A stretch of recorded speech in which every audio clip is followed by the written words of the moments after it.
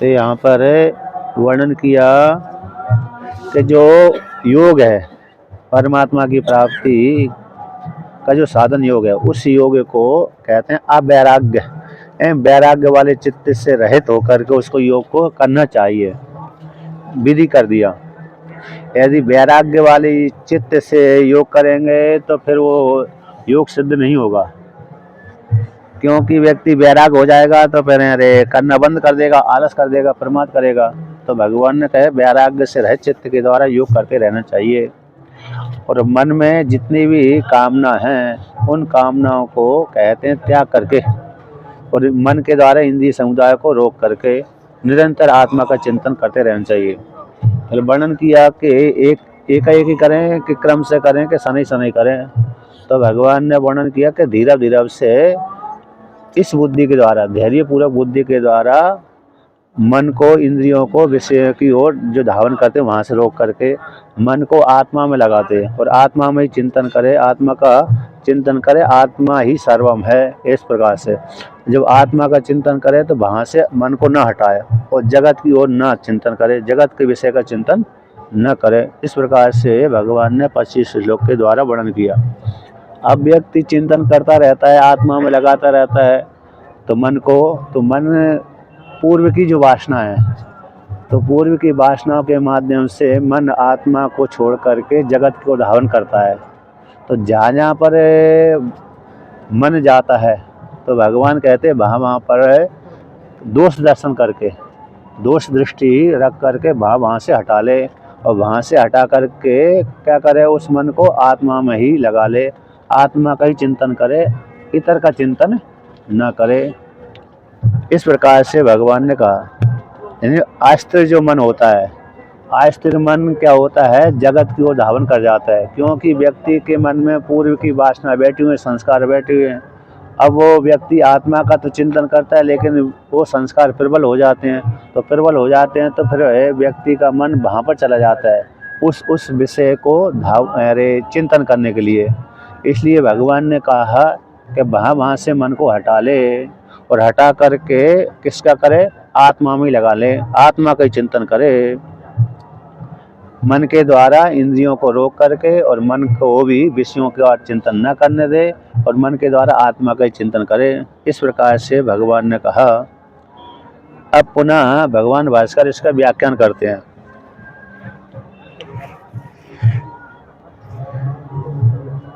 कहते हैं यतो यस्माद् यस्मात् निमित्तात् शब्दादेर निश्चरति निर्गच्छति स्वभाव दोषान मनश्चंचलम अत्यर्थम चलम अतः एव अस्त्रम ततस् तस्मात् शब्दादेर निमित्तात् नियम्य तन निमित्तम याथात्म निरूपणेन आभाष्य कृत्य वैराग्य भावनतया च एतन मनः आत्मनि एव वशम नयेत, यानी आत्मवश्यताम आपादेत।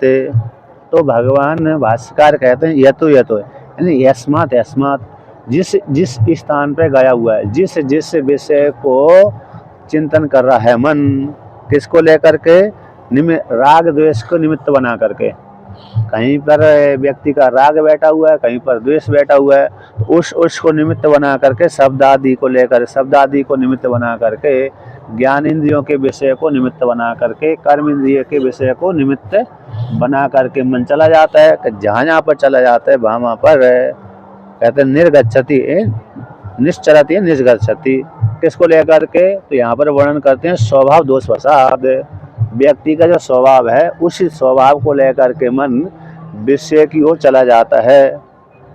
ऐसा जो मन है, चंचल मन है, अत्यंत यानी अर्थ की प्राप्ति के लिए धावन करने वाला जो मन है, चला जाता है। वो जो जहाँ पर चला गया वहाँ से जो ऐसा जो अस्त्र मन है, जिस विषय की ओर राग द्वेष को लेकर के, स्वभाव दोष को लेकर के चला गया है, तो भगवान कहते हैं वहाँ से ऐसे अस्त्र मन को उस स्थान से उन शब्दादि निमित्त से ज्ञान इंद्रिय के विषयों के निमित्त से, ज्ञान इंद्रिय के जो विषय हैं उन विषयों के निमित्त से उस मन को, अस्त्र मन को क्या करे, तत्त निमित्त को लेकर के वहाँ से रोक ले।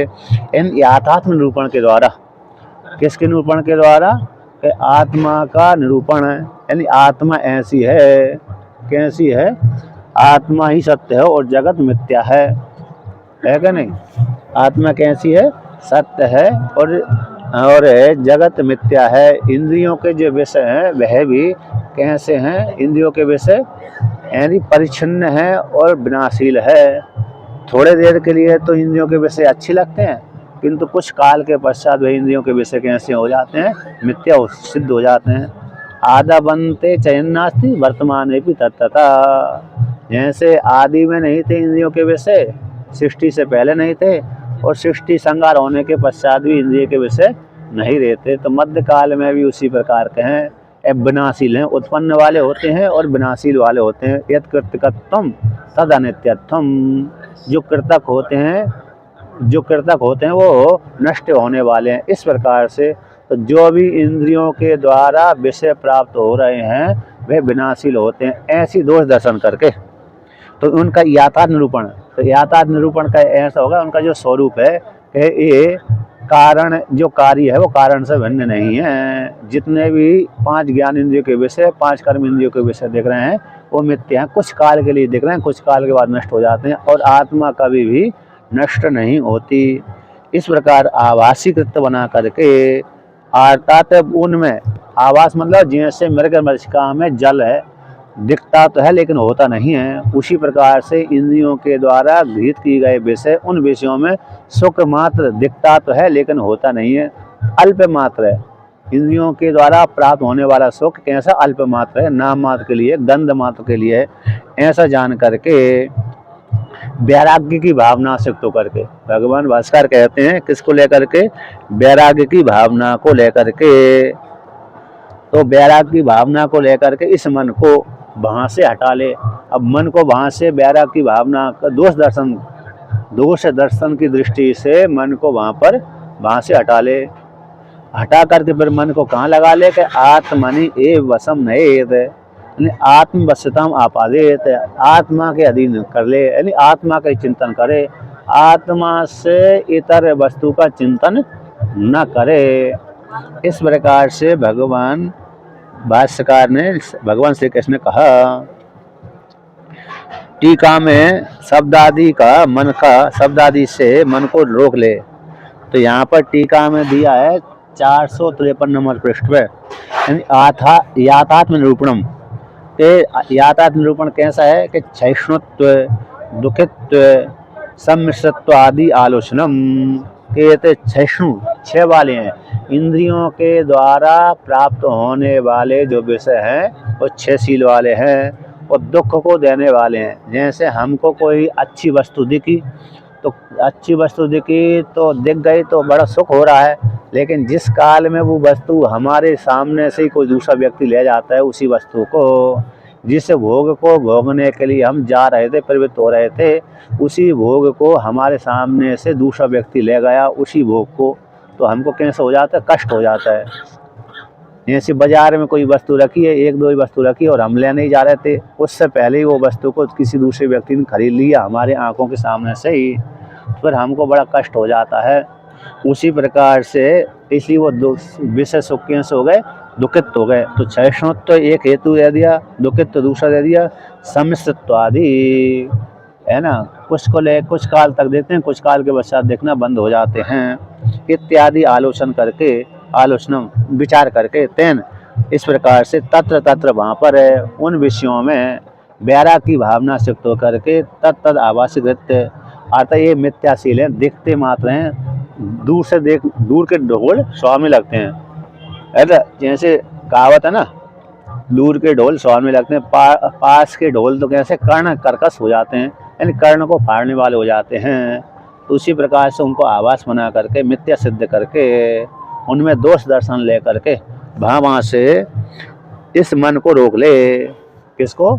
इसमें जो मन जिस जिस विषय की ओर धावन करने जा रहा है वहीं पर उस विषय में दूर दृष्टि रख करके उस मन को वहाँ से रोक करके फिर मन को क्या करे, आत्मा में लगा दे। इस प्रकार से अर्जित दुखम रक्षे दुखम, है ना, अर्जन करने में दुख होता है और रक्षण करने में दुख है, और भोग करने में भी दुख होता है, और क्षय होने पर भी दुख होता है।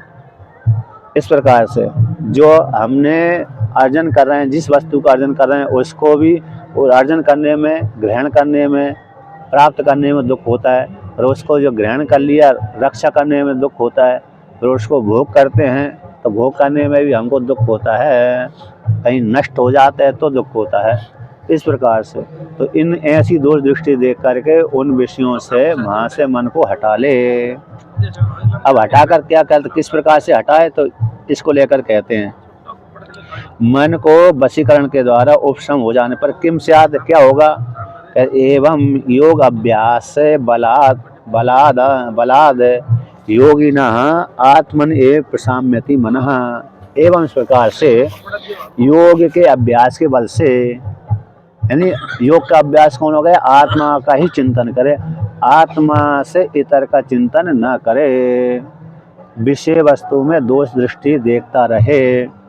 इस प्रकार से और मन, और क्या करे, मन को रोकता रहे, आत्मा का चिंतन करता रहे, और यानी सुबह शाम एक आसन पे बैठ करके, स्थिर आसन पे बैठ करके, यानी हाथ पैर को भी ठीक करके सुखासन पे, पद्मासन पे, सिद्धासन पे बैठ करके इस प्रकार से चिंतन करे। तो ऐसा चिंतन करता हुआ, ध्यान करता हुआ, योग अभ्यास के बल से योगी आत्मनि, कहते जो मन को है आत्मा में लगा ले, आत्मा का ही चिंतन करे, आत्मा से तर दूसरे का चिंतन न करे। उसको टीका में किया है, योग अभ्यासो यानी विषय विवेक द्वारा मनोनिग्रहादि आवृत्ति, विषय के विवेक के द्वारा, यानी विषय में इस प्रकार से ज्ञान रखे, ये विषय से कैसे हैं, मिथ्याशील हैं, ऐसे उसके माध्यम से मन को निग्रह आदि, अतः मन को रोक ले और विषय आवृत्ति करे, मन के द्वारा आत्मा का चिंतन करे, और मन में ही ये वैराग्य की भावना करते रहे कि ये जो विषय हमको दिख रहे हैं, इंद्रियों के द्वारा प्राप्त होने वाले जो विषय हैं, इंद्रियों के माध्यम से जो मन जाता है भारत के देश में, वो विषय कैसे मिथ्याशील हैं। इस प्रकार से मन में चिंतन करता रहे और आत्मा का चिंतन करता रहे, और विषयों में दोष दृष्टि रखता रहे। प्रशांतम आत्मनि एव लीनम इति आवत, फिर वह मन कैसा, जब आत्मा में लगा लेगा तो आत्मा में मन कैसे लीन हो जाएगा। आत्मा में जब बार बार चिंतन करते हैं, जैसे उपांशु जप करने वाला होता है ना, हमने पहले वाचिक जप किया, वाचिक राम राम राम राम कृष्ण कृष्ण कृष्ण शिव शिव, ये वाचिक जप हो गया। अब वाचिक जप करते करते 1 महीना वाचिक जप करेंगे तो 1 महीना लगातार करेंगे, 4-4 5-5 6-6 घंटा, यानी सुबह 5-6 घंटा कर लिए, शाम को 3-4 घंटा कर लिए वाचिक जप, तो 1 महीने के पश्चात वो वाचिक जप उपांशु में परिवर्तन हो जाएगा। कैसे, उपांशु होस्ट तो हलते रहेंगे, ओंठ हलते रहेंगे, लेकिन सुनाई गया नहीं दूसरे व्यक्ति को, और अपने को स्वयं सुनाई पड़ेगा। तो उपांशु पर भाई 1 महीना 2 महीना और कर लिए उपांशु, 1-8 महीना और कर लिए उपांशु जप, तो भाई मानसिक जप में परिवर्तन हो जाएगा, न ओष्ठ हलेंगे न कुछ हलेगा, और व्यक्ति बैठा भी रहेगा तब भी उसके भीतर मन में जप चलता रहेगा, जप क्या रहेगा, चलता रहेगा, तो वो मानसिक जप हो जाता है।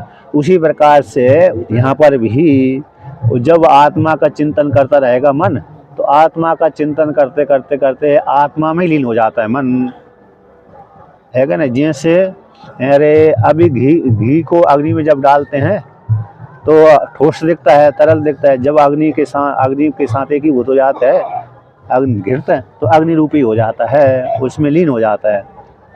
उसी प्रकार से यहाँ पर भी मन आत्मा का चिंतन करते करते मन भी आत्मरूपी हो जाता है। इस प्रकार से प्रशांतम यानी प्रशांत यानी आत्मा में प्रलीनम इति यावत, तो आत्मा में लीन हो जाता है। इस प्रकार से टीका में और भगवान भास्कर ने कहा। अब पुनः 27वां श्लोक का पाठ करते हैं। प्रशांते मनसम हेनम, इसके लिए चाहिए पावरफुल केबल चाहिए। योगिनं सुखमुत्तमम् उपैति शान्तरजसं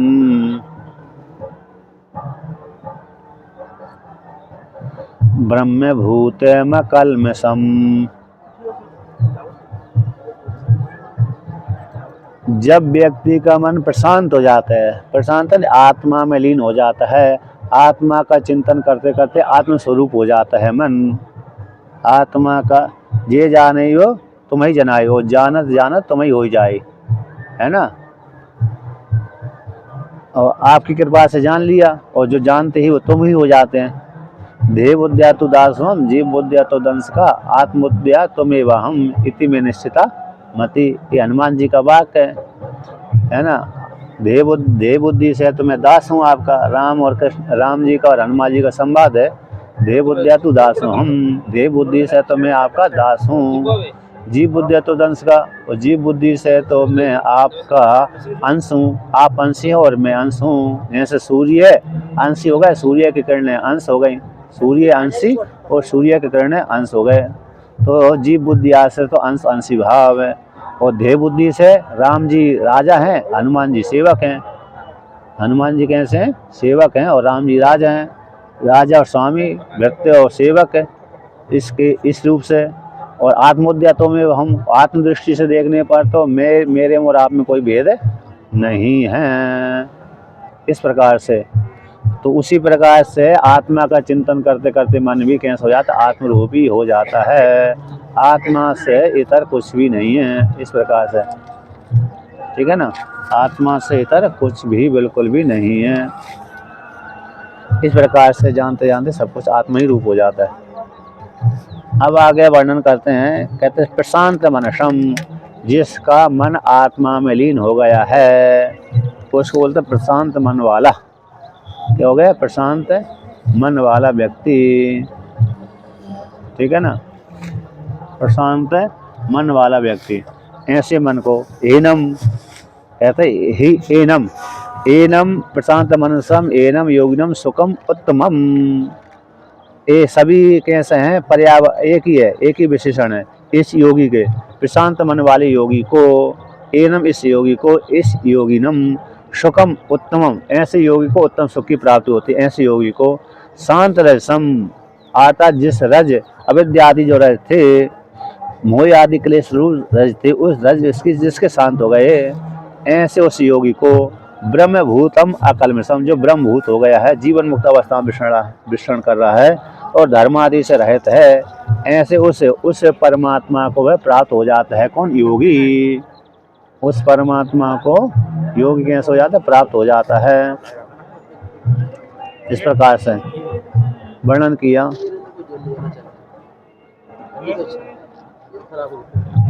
अब आगे वर्णन का मतलब, ऐसे प्रशांत मनसम एनम योगिनम सुखम उत्तमम प्रशांत रजसम ब्रह्मभूतम अकल्मषम को प्राप्त हो जाता है। कौन? चिंतन करने वाला, आत्मा का चिंतन करने वाला जो साधक योगी है, इस प्रकार से ऐसे स्वभाव को प्राप्त हो जाता है, ब्रह्मभूत को हो जाता है, यानी जीवन मुक्त अवस्था में विचरण करता रहता है।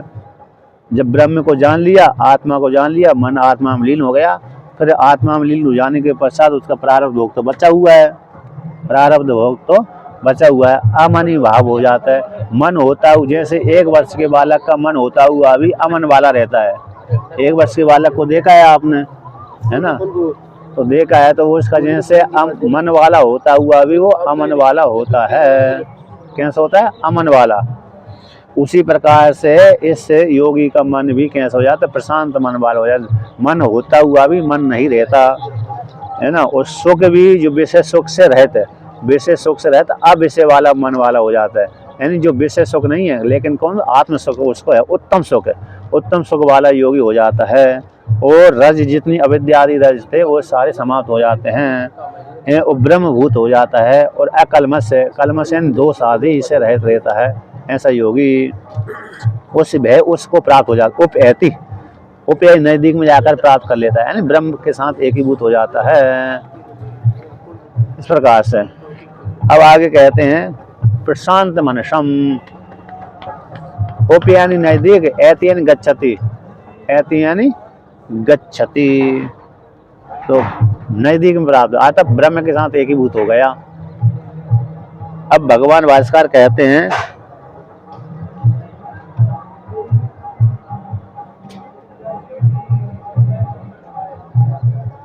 यहाँ पर वर्णन करते हैं कि मन और उसकी वृत्ति को, मन और मन की वृत्ति के अभाव हो जाने पर, मन और मन की वृत्ति के अभाव हो जाने पर स्वरूपभूत सुख आविर्भूत हो जाता है। स्वरूपभूत सुख का आविर्भाव का स्वापादि में प्रसिद्धि दोहन करने के लिए ही शब्द है। अच्छा, ही शब्द कहाँ पर आया? एनम, एनम, एनम में जो ही शब्द है उसको लेकर कहते हैं, जैसे मन और मन की वृत्ति जब रहित हो जाती है, मन और मन की वृत्ति रहित हो जाती है, तो फिर जो सुख की प्राप्ति अनुभूति होती है उसको दिखलाने के लिए ही शब्द है। अर्थात जैसे सुसुप्ति आदि में सुख रहता है ना, कोई भी वो समझ में वो नहीं आता, मतलब क्या नहीं आता है, कष्ट आता ही नहीं है। वहाँ का जो स्वरूप सुसुप्ति वाला सुख होता है, यदि भी वहाँ पर अविद्या रहती है लेकिन कोई भी चिंता नहीं रहती, व्यक्ति पड़ा ही रहता है, कितने काल निकल गया, कितना समय व्यतीत हो गया, वो समझ में नहीं आता। लेकिन जब चेतन रूप समाधि लगती है तो फिर उसी प्रकार का सुख की अनुभूति होती है। वो दृष्टांत है, कैसी है? जैसे सुसुप्ति का जो सुख होता है वो भी परमात्मा सुख ही है, लेकिन वहाँ पर अविद्या रहती है, इसलिए व्यक्ति को ये समझ में नहीं आती कि मैं स्वरूपभूत सुख में लीन हुआ था, परमात्मा के साथ लीन हुआ था, एकीभूत हुआ था, ये समझ में नहीं आती अविद्या होने के कारण। जब अविद्या निवृत्त हो जाती है तो फिर व्यक्ति समझ में आती है, लेकिन वो अविद्या की निवृत्ति जागृत अवस्था में होगी, सुसुप्ति अवस्था में नहीं होती। लेकिन सुख कैसा होता है? सुसुप्ति में जो सुख होता है वो निश्चिंत रहता है, कोई समस्या नहीं रहती, उसी प्रकार का ये सुख है। तो इससे भी और अधिक सुख है, मतलब जब समाधि इसको लग जाती है कोई चिंता नहीं रहती। अब भगवान भास्कर इसका व्याख्यान करते हैं 27वें श्लोक का, कहते हैं प्रशांत, यानी मोह आदि जो क्लेश प्रतिबंधक थे परमात्मा की प्राप्ति में, मोह आदि क्लेश जो प्रतिबंधक है थे उनका यथोक्त सुख की प्राप्ति में बाधक थे, उनकी सबका लय हो जाता है। मन के विलय हो जाने पर, मन के लीन हो जाने पर, ये मन के लीन हो गया, मन की वृत्ति लीन हो गई, तो जो मोह आदि क्लेश जो परमात्मा की प्राप्ति में बंधक थे उनका भी नाश हो जाता है।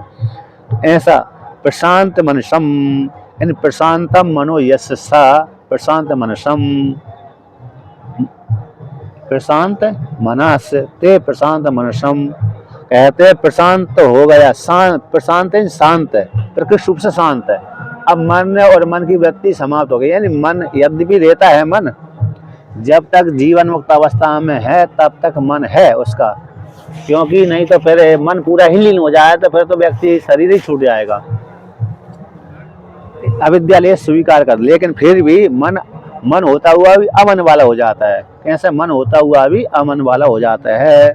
ऐसा जो प्रशांत हो गया, मन में अब कोई भी ब्रह्म से इतर की दूसरी वृत्ति बनती ही नहीं है, ब्रह्म को छोड़ करके दूसरे का चिंतन होता ही नहीं, ब्रह्म को छोड़ करके उसको समझ में नहीं आती जगत है कि नहीं है। ऐसा प्रशांत मन वाला, शांत मन वाला, यस्य जिसका है, ऐसा वो प्रशांत मन, तम ऐसे प्रशांत मन वाले परमात्मा को योगी प्राप्त हो जाता है। एनम ही एनम, इस प्रकार से इस योगी को ऐसा सुख की प्राप्ति होती है।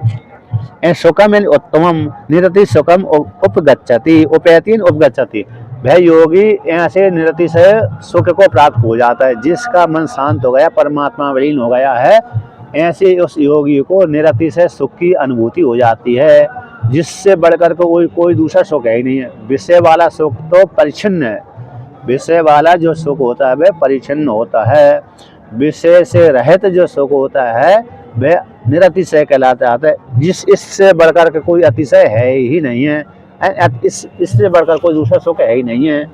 अतिशय जिससे निकल गया, अतिशय जिससे निकल गया है उसको बोलते हैं निरतिशय। ऐसे अतिशय किसको बोलते हैं? इससे बड़ा है, इससे बड़ा है, इससे बड़ा है, उसको अतिशय बोलते हैं।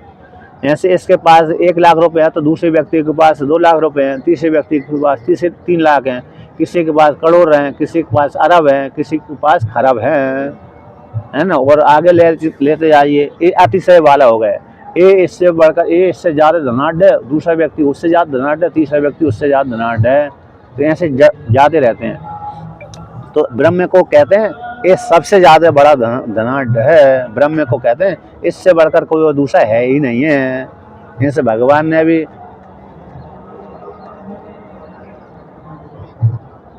तो निरतिशय, वो उसमें अतिशय बैठा हुआ है, अतिशय तरफतम भाव है ना। अब पर जैसे भगवान ने कहा कि मेरे एक अंश में सारा ब्रह्मांड समाया हुआ है, एक पाद में, अन्य के तो बात ही छोड़ दीजिए, सारा जितना ही ब्रह्मांड है मेरे एक पैर में है, एक पाद में है, एक पैर में ना, एक पाद में। अब मेरे बराबर कौन हो सकता है, मेरे बराबर कौन हो सकता है, ऐसा भगवान ने कहा है। उसी प्रकार से जिसमें अतिशय निकल गया है, इससे बढ़कर कोई है ही नहीं है, उसको बोलते हैं निरतिशय। ऐसी निरतिशय सुख को वह साधक है योगी प्राप्त कर लेता है जिसका मन परमात्मा में लीन हो गया है। प्रशांत रजसम, आगे का बात कहते हैं प्रशांत रजसम, यानी प्रशांत रजसम पक्षीण मोह आदि क्लेश रजसम इत्यर्थ। तो पक्षीण हो गया है मोह आदि जो क्लेश है, अविद्या अस्मिता राग द्वेष अभिनिवेश, ये पंच क्लेश कहलाते हैं। अविद्या है, अस्मिता है, राग है, द्वेष है, अभिनिवेश है। अविद्या यानी अज्ञान, अविद्या अस्मिता मैं हूँ, अहंकार, अस्मिता बोलते हैं अहंकार को, मैं हूँ, करता हूँ, भोगता हूँ। अविद्या अस्मिता राग है, किसी विषय में राग हो गया, अविद्या अस्मिता राग। द्वेष, किसी व्यक्ति किसी के साथ कोई भोग भोगता है उसमें राग बैठ जाता है, अब भोग भोगते भोगते भोगते दूसरे ने विघ्न डाल दिया तो उससे द्वेष हो जाता है। तो अविद्या अस्मिता राग द्वेष अभिनिवेश दृढ़ आग्रह, शरीर कोई व्यक्ति मान करके बैठ गया है मैं ही ये शरीर वाला ही आत्मा हूँ, ये दृढ़ आग्रह जिसको अभिनिवेश बोलते हैं।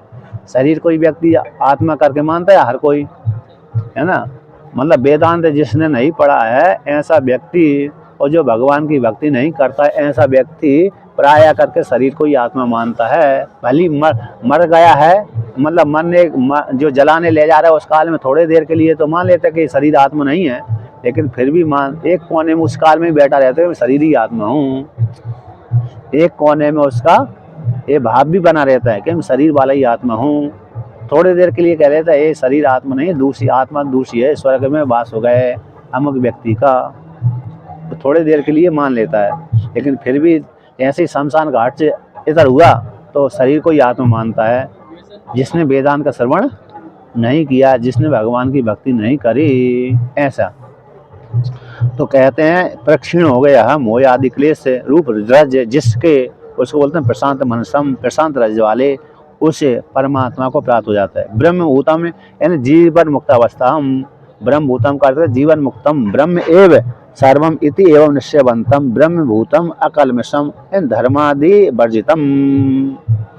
तो जीवन मुक्त अवस्था को, ब्रह्म ही सब कुछ है, ब्रह्म से इतर नाम की कोई वृत्ति बनती ही नहीं है।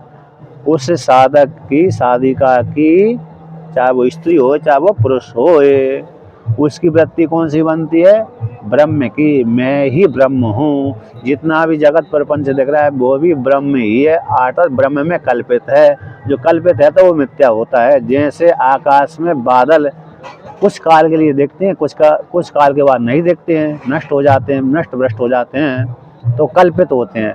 उसी प्रकार से जगत भी जागृत अवस्था में दिखता है, सुसुप्ति अवस्था में नहीं दिखता है। जगत भी कैसा दिखता है, जागृत अवस्था में मात्र दिखता है, प्रतीत होता है, सुसुप्ति में नहीं दिखता, स्वप्न में वासना में दिखता है, और समाधि में नहीं दिखता है। तो समाधि और सुसुप्ति अवस्था में जगत दिखता ही नहीं है, तो कुछ काल के लिए दिखता है, कुछ काल के बाद नहीं दिखता, ऐसा।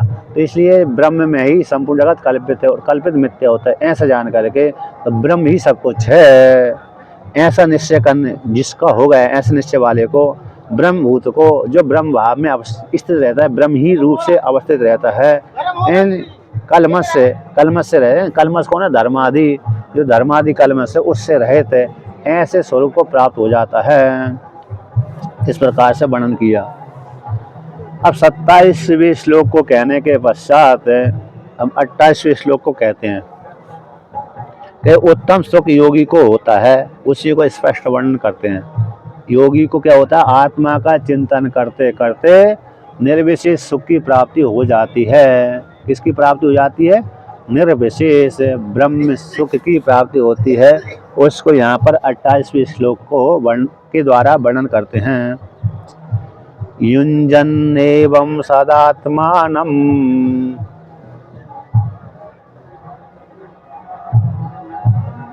योगी विगत कल्मषः सुखेन ब्रह्म संस्पर्शम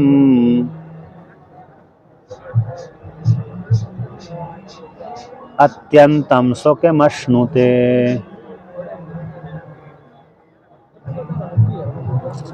कहते युंजन लगाता हुआ, इजुर योग धातु से शब्द बनता है युंजन, लगाता हुआ। यानी कहाँ पर लगाता हुआ? आत्मा में ही मन को लगाता हुआ, मन में आत्मा का चिंतन करता हुआ। ऐसा एवं कैसा करे? एवं इस प्रकार सदा करे। यानी 1 घंटा कर ले, 2 घंटा छोड़ दे, 2 घंटे के बाद फिर करे, फिर छोड़ दे। ऐसा ना कर, निरंतर। जब अभ्यास करता है तो निरंतर ही हो जाता है। तो सदा आत्मा में ही मन को लगाता हुआ, आत्मा का चिंतन करता हुआ वह योगी विगत कल्मषा। योग कैसे? विगत निर्गतः कल्मष यस्य सा विगत कल्मषा। अविद्यादि राग द्वेष जिससे निकल गए हैं उसको बोलते हैं कल्मष, बोलते हैं अविद्यादि राग द्वेष, धर्म आदि जिससे निकल गए हैं, राग द्वेष जिससे निकल गए हैं, ऐसे विगत कल्मष वाला वह योगी अपने आत्मा में ही मन को लगाता हुआ, वह ऐसा लगाते, ऐसा चिंतन करता हुआ वह योगी क्या करता? कहते हैं सुखेन सुखपूर्वक ब्रह्म संस्पर्शम, ब्रह्म के साथ युक्त हो गया, जुड़ गया, संस्पर्श हो गया जिसका, उसको बोलते हैं ब्रह्म संस्पर्शम। यानी अत्यंतम, यानी अंत रूप जो सुख था उसको निकल गया, जिसको बोलते हैं अत्यंतम। ऐसे सुख को अश्नुतेन प्राप्त होती, क्या कर लेता है? वो प्राप्त कर लेता है। एंड जिससे ब्रह्म के साथ संस्पर्श जिसका हो गया है उसको बोलते हैं ब्रह्म संस्पर्श। यानी ब्रह्म के साथ एक ही भूत है, ब्रह्म के साथ एक ही भूत है। ऐसे सुख को वह प्राप्त कर लेता है योगी, जो निरंतर आत्मा का चिंतन करने वाला है, चाहे वो साधक हो, चाहे वो साधिका हो, चाहे स्त्री हो, चाहे वो पुरुष हो। इसमें अवस्था कोई नहीं है। जिसका मन जैसा लगा हुआ है, चाहे वो बालक बालिका वृद्ध जवान कोई भी हो, है ना, यदि आत्मा में लगा हुआ है तो उसको जैसे प्राप्त हो गया तो कृत हो जाता है। अब भगवान भाष्यकार इसका व्याख्यान करते हैं।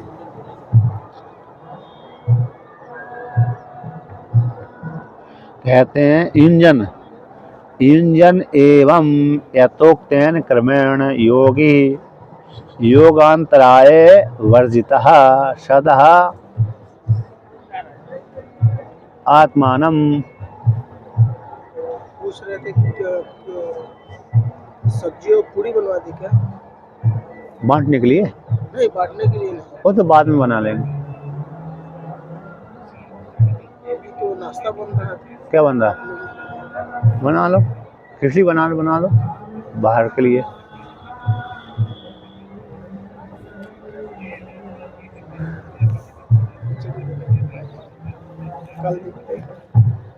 तो देखिए, तो यहाँ पर वर्णन करते हैं कि युञ्जन एवं, यानी यथोक्तेन क्रमेण। तो यथो उक्त क्रमेण, यथा उक्त मतलब कह दिया गया है पहले। उक्त का अर्थ होता है भूतकाल, ता प्रत्यय भूतकाल अर्थ में होता है। तो पहले कह दिया, कहाँ किस वाक्य के द्वारा कह दिया गया कि क्रमो यथोक्त मनसा एव इंद्रिय ग्रामम। ये जो श्लोक है ना, कौन सा श्लोक है? 24वां श्लोक है। मन से ही वेन्द्रिय ग्रामम नियम्य विनियम्य समन्ततः। ये 24वें श्लोक के द्वारा मन के द्वारा इंद्रिय समुदाय को रोक करके, मन के द्वारा ही इंद्रिय समुदाय को विषय से हटा करके इस प्रकार से चिंतन करे। एक क्रम वर्णन किया। यथा उक्त क्रम के द्वारा योगी योगांतराय, अंतराय बोलते हैं दोष, अंतराय का अर्थ होता है दोष, विघ्न, एंड जब व्यक्ति आत्मा का चिंतन करेगा तो वहां पर व्यक्ति की सूक्ष्म वासना बैठी रहती है। आत्मा का चिंतन करते करते करते व्यक्ति के मन में फिर संस्कार जागृत होते हैं। संस्कार उसको विघ्न डालने के लिए आते हैं कि अमुक व्यक्ति ने मेरे साथ ऐसा गलत कार्य किया था, तब चिंतन जागृत लगता है। और अमुक व्यक्ति ने मेरे साथ ऐसा अच्छा किया था, अमुक वस्तु को मैंने इस प्रकार से भोगा था, अमुक व्यक्ति को मैं अमुक वस्तु को मैं इस प्रकार से भोगने के लिए जा रहा था, इसने मेरे को अवरोध कर दिया। तो उस काल जब आत्मा का चिंतन करते हैं, भजन करते हैं, तभी ये ज्यादा प्रकट होते हैं। और जब व्यक्ति आत्मा का चिंतन नहीं करता तो ये प्रकट भी नहीं होते, क्योंकि वो उस प्रकार से चिंतन नहीं करता और जगत में विचरण कर रहा है, तो मन दूसरी जगत में चलता रहता है। लेकिन जब आत्मा का चिंतन करेंगे तब पूर्व के संस्कार हावी होंगे उसको रोकने के लिए। किसके लिए? आत्मा के चिंतन को रोकने के लिए हावी हो जाते हैं। उसी का तो उनको बोलते हैं विघ्न। अंतराय का अर्थ होता है विघ्न। तो मतलब जब आत्मा का व्यक्ति चिंतन करता है उस काल में व्यक्ति के मन में पूर्व की जो वासना है वो वासना विघ्न के रूप में उसके सामने मन में अभिव्यक्त होती हैं। तो उसी को लेकर कहते हैं योगांतराय वर्जितः। योग के जो विघ्न है उनसे रहित होकर के, किस प्रकार से? इंद्रियों को मन के द्वारा रोक करके और आत्मा का चिंतन करके सदा आत्मनम, सदा आत्मा में मन को लगाए। ऐसे विगत कलमसो एन विगत पापा। पाप बोलते हैं धर्म अधर्म है, इसने धर्म को भी त्याग दिया है और अधर्म को त्याग दिया, यानी भगवान के चरणों में अर्पण कर दिया। यद्यपि कर्तव्य बुद्धि से करता है लेकिन संकल्प से रहित होकर के करता है ना, वो कोई फल की चाहना नहीं करता। ऐसा विगत पाप वाला।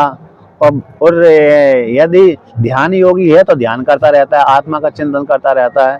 ऐसा विगत पाप वाला सुकैन यानी अनायासेन, सुकैन बोलते हैं अनायास, अनायासेन बिना, जब बार बार उत्तम अधिकारी हो जाता है ना, उत्तम अधिकारी हो जाता है तो अनायास प्राप्त हो जाता है। ऐसे ब्रह्म संस्पर्शम यानी ब्रह्मणा यानी परेण, जो परमात्मा है उसके साथ संस्पर्शो यस तद ब्रह्म संस्पर्श, परमात्मा के साथ संस्पर्श स्पर्श हो गया है जिसका, उसको बोलते हैं ब्रह्म संस्पर्शम।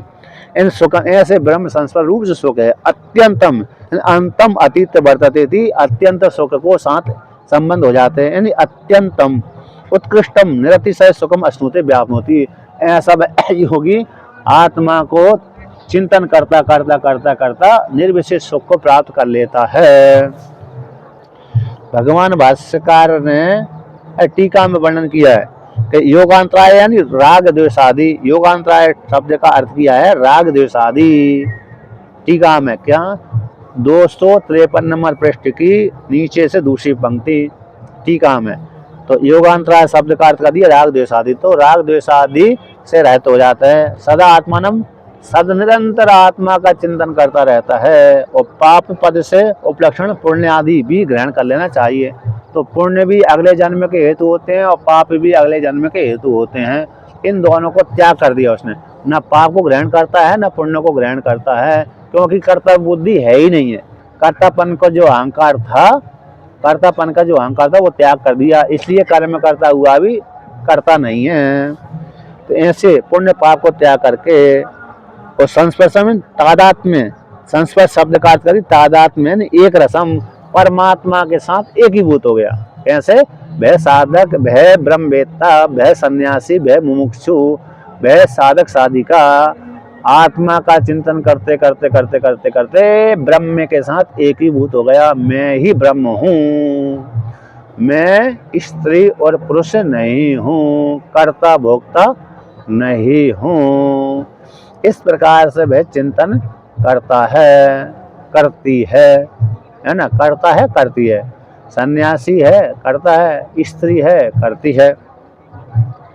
इन उत्कर्षों विशेष, उत्कर्ष शब्द का अर्थ उत्कर्ष सुख की प्राप्ति होती है। इन विषय के संबंध से रहते ऐसा सुख निर्विशेष सुख की प्राप्ति उसको हो जाती है। किसको?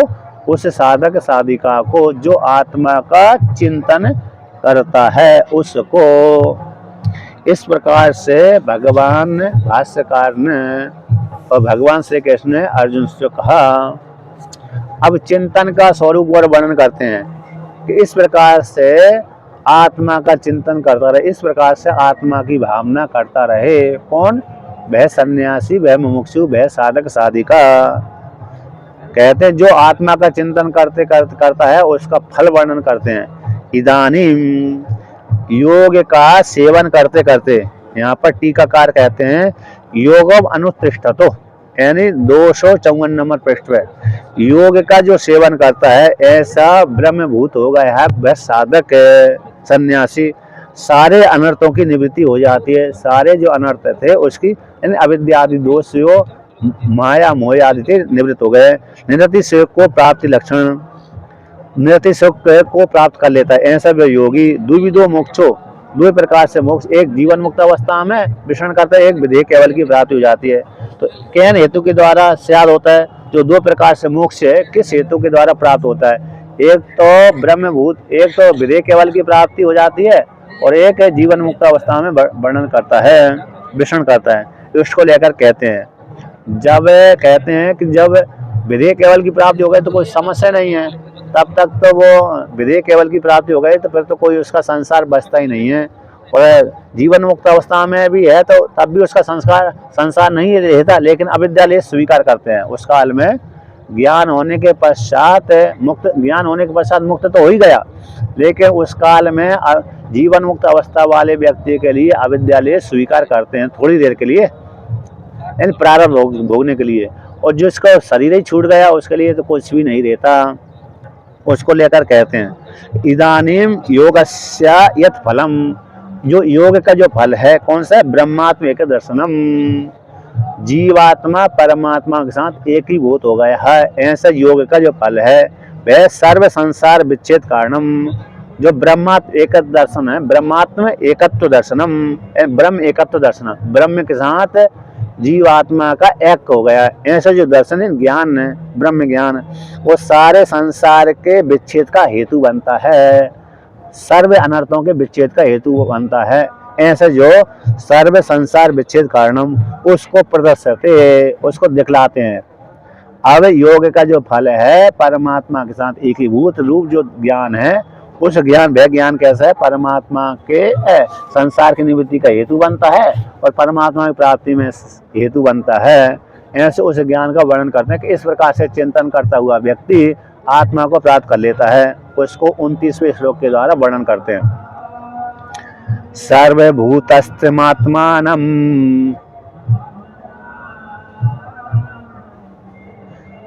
सर्वभूतानि चात्मनि, इच्छते योगी युक्तात्मा,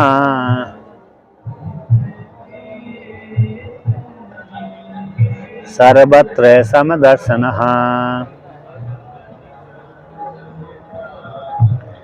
कहते हैं सर्वभूतस्तम आत्मानम, जितने भी भूत दिख रहे हैं, जितने भी पंचभूतों के द्वारा निर्मित जो शरीर हैं, पंचभूतों के द्वारा निर्मित जो शरीर हैं, उन शरीरों के भीतर जो हृदय रूप गुहा है, उन गुहा के भीतर जो आत्मा रूप परमात्मा बैठा हुआ है, आत्मा रूप परमात्मा बैठा हुआ, तो साधक साधिका मुमुक्षु सन्यासी किस प्रकार चिंतन कर? सारे भूतों के हृदय रूप गुहा में मैं ही बैठा हुआ हूँ, सारे प्राणियों के हृदय रूप गुहा में मैं ही गया हूँ, तत्त रूप से, किस रूप से? उस रूप से मैं ही गया हूँ, मैं ही आत्मा रूप से वहां पर बैठा हुआ हूँ। उसका अर्थ होगा सर्वभूतस्थम आत्मानम, सारे भूतों में अपनी आत्मा को देखे। अब सारे भूतों में, पहले मैं उन भूतों में अपनी आत्मा को देख रहा हूँ, अब दोबारा के फिर अन्वय कर रहे हैं, दोनों में अभेद चिंतन कर रहे हैं। एक तरफ से देखता रहे तो फिर ज्ञान नहीं होगा, दोनों तरफ से करते हैं। तो सर्वभूतानि च आत्मनि, और सारे भूतों की अपनी आत्मा में देखे। पहले तो अपनी आत्मा को सारे भूतों के हृदय रूप गुहा में देखे कि सारी जो जितने भी मेरे से इतर जो प्राणी देख रहे हैं उनकी बुद्धि रूप गुहा में जो आत्मा बैठी है वो मेरी है, मुझसे भिन्न नहीं है। और जो उनकी जो आत्मा है मेरे हृदय रूप गुहा में बैठी हुई है। इन सारे भूतों की जो, सारे भूतों के हृदय रूप गुहा में जो आत्मा है वो मेरी है, और सारे भूतों की जो आत्मा है वो मेरे हृदय में ही बैठी हुई है। तो पहले सारे भूतों में स्थित आत्मा को देखे, यानी सारे भूतों में मैं ही गया हूँ, इस प्रकार चिंतन करे। और सारे भूतों की जो आत्मा मेरी बुद्धि रूप वहाँ में बैठी हुई है। इस प्रकार से अपनी आत्मा में सारे भूतों को देखे, मुझसे भिन्न वो भूत नहीं है और उन भूतों से मैं भिन्न नहीं हूँ। हाँ, जो मैं जो ब्रह्म हूँ, तो वही ब्रह्म वे हैं, वो जो ब्रह्म देख रहे हैं वो मैं ही हूँ। इधर का ब्रह्म उधर का ब्रह्म है, दोनों ब्रह्म को एक कर ले। सारे प्राणियों को भीतर जो ब्रह्म है और जो मैं ब्रह्म हूँ एक ही है। मुझसे और उससे भिन्न कोई, मुझ में और उनमें कोई भिन्नता नहीं है। इस प्रकार से इक्षते, इस प्रकार से जो चिंतन करता है, इक्ष दर्शन है, तो योग किससे, योग आत्मा, योग से युक्त हो गया अंतःकरण जिसका, इन परमात्मा के साथ इसने अपने अंतःकरण को जोड़, आत्मा का चिंतन करते करते करते परमात्मा के साथ जोड़ लिया है। ऐसे योग युक्तात्मा वाला, समाहित अंतःकरण वाला, युक्त यानी समाहित, अंतःकरण वाला, आत्मा यानी अंतःकरण होता है, आत्मा भी होता है, आत्मा का अर्थ आत्मा भी होता है, आत्मा का अर्थ अंतःकरण भी लिया जाता है। तो बहुरी समाज कर दिया, योग से समाहित अंतःकरण है जिसका, ऐसा वो व्यक्ति युक्तात्मा वाला, परमात्मा के साथ जुड़ गया है मन जिसका, परमात्मा के साथ एकीभूत हो गया है जिसका, ऐसे मन वाला वो व्यक्ति, इस प्रकार चिंतन करने वाला। और सर्वत्र समदर्शना, सभी जगह आत्मा को ही चिंतन करता है, सभी जगह आत्मा को देखता है। यत्र यत्र गता दृष्टि यत्र यत्र गता मनः तत्र तत्र शिवम शांतम पश्यन्ति वेद पारगा, है ना। यत्र यत्र गता दृष्टि, जहाँ जहाँ पर दृष्टि जाती है, जहाँ जहाँ पर मन जाता है, वहाँ पर वेद को पारगामी विद्वान सन्यासी आत्मा को देखते हैं, आत्मा से तर दूसरे को देखते ही नहीं है, उसको बोलते हैं समदर्शी। हाँ हाँ, इस प्रकार से वर्णन किया। अब आगे वर्णन करते हैं कि इसी को मनुस्मृति में आया। मनुस्मृति में 12वां श्लोक है, 12वें अध्याय का 91वां श्लोक है। मनुस्मृति में 12वें अध्याय का श्लोक, 12वें अध्याय का 91वां श्लोक है। कौन सा है? सर्वभूतेषु चात्मानं सर्वभूतानि चात्मनि संपश्यन् आत्मयाजी वै स्वराज्यम् अधिगच्छति। संपश्यन् आत्मयाजी वै स्वराज्यम् अधिगच्छति। सर्वभूतेषु चात्मानं सर्वभूतानि चात्मनि संपश्यन् आत्मयाजी वै स्वराज्यम् अधिगच्छति। ये मनुस्मृति का श्लोक है, 12वें अध्याय का 91वां श्लोक है कि सारे भूतों में अपनी आत्मा को देखे, सारे भूतों में अपनी आत्मा को, और सारे भूतों को अपनी आत्मा में, सारे भूतों में अपनी आत्मा को देखे और उन भूतों को अपनी आत्मा में देखे। अपनी आत्मा को सारे भूतों में देखे, दूसरे भूतों में देखे, और उन भूतों की आत्मा को अपनी आत्मा में देखे, उन भूतों को अपनी आत्मा में देखे। संपश्यन् आत्मयाजिवे, इस प्रकार से आत्मा का अध्ययन करने वाला, इसको आत्मा का निरंतर चिंतन करने वाला, इस प्रकार से जानने वाला, चिंतन करने वाला, ज्ञान करने वाला, स्वराज्यम् अधिगच्छति। स्वराज्य यानी परमात्मा, परमात्मा को प्राप्त हो जाता है। इस प्रकार से वर्णन किया, ठीक है ना। स्वराज्यम् अधिगच्छति का अर्थ होता है परमात्मा। ये मनुस्मृति का 12वें अध्याय का 91वां श्लोक है, बहुत सुंदर है। ये भगवान भास्कर इसका उदाहरण ईशावास्य उपनिषद में भी देते हैं। सही, इस प्रकार से वर्णन किया। अब आगे के पार्ट भाई कल चलाते हैं इसका व्याख्यान, क्योंकि